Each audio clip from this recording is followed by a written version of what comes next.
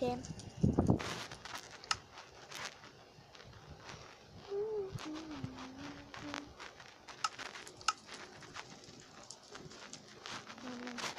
Đúng rồi.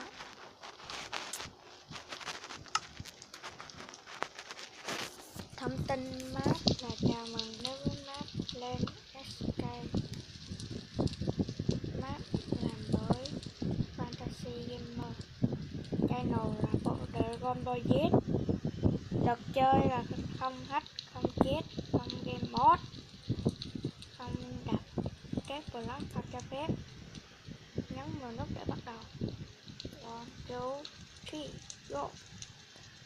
Bắt hỏi. Yeah. Go. Theo bán cân gạt level để mở ống cắm nước dài. Yeah. Đặt bờ nó đây. Em cúp nhà.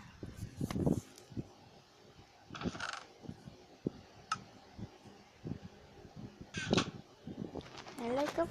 Hãy nhớ rằng cúp chỉ sử dụng được có 4 lần nha.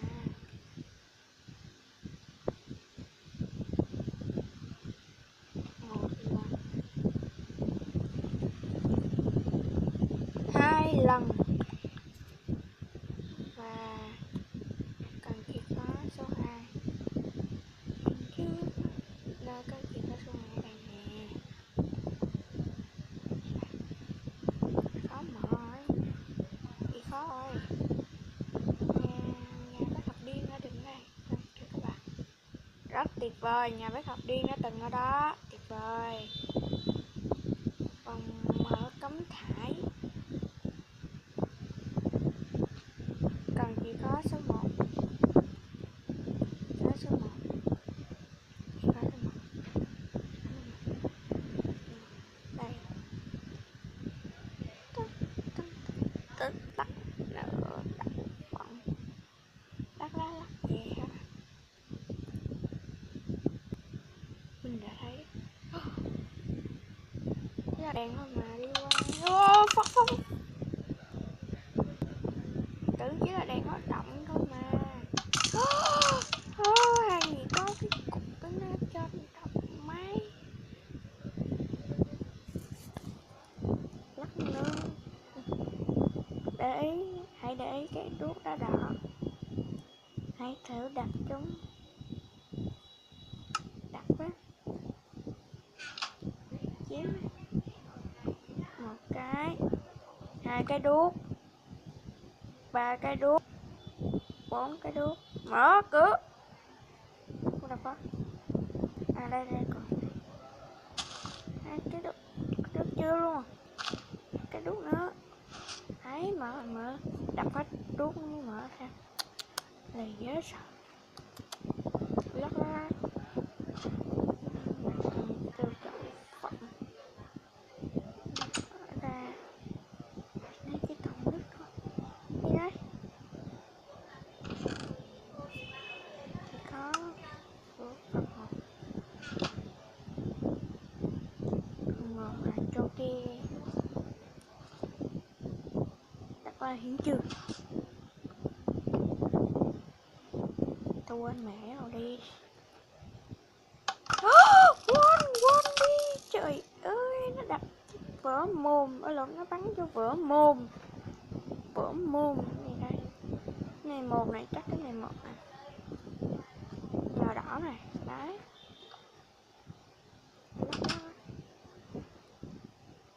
Là tôi kịp có.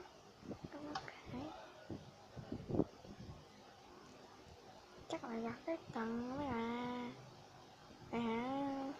Rất là bối rối mà. Như là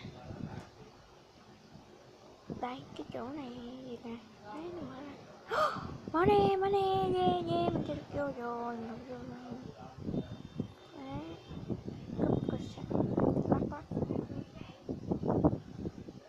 Đập hết. Ôi sao mất tiêu rồi? Nó 4 cái mà mình mới gặp 3 cái. Khó cực phần 2. Đó. Phần 2. Phần 2 ư. Phần 2 ư. Phần 2 ư. Phần 2 đây đúng không? Phần 2 đây không cần. Mình chỉ có thôi. Đâu đây? Này đi dán kia. Đây. Đấy. À, chắc chắn đây là cửa ống cống này nè. Mình mới được cái cần dẹp cho nên nó mở ra. Đấy. Và bước ra một tự hào trong minh vang. Những ánh bình minh đang đến.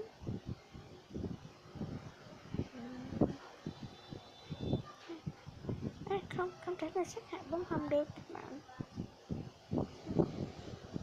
Bình minh ở cái đậu bình minh, what the fuck.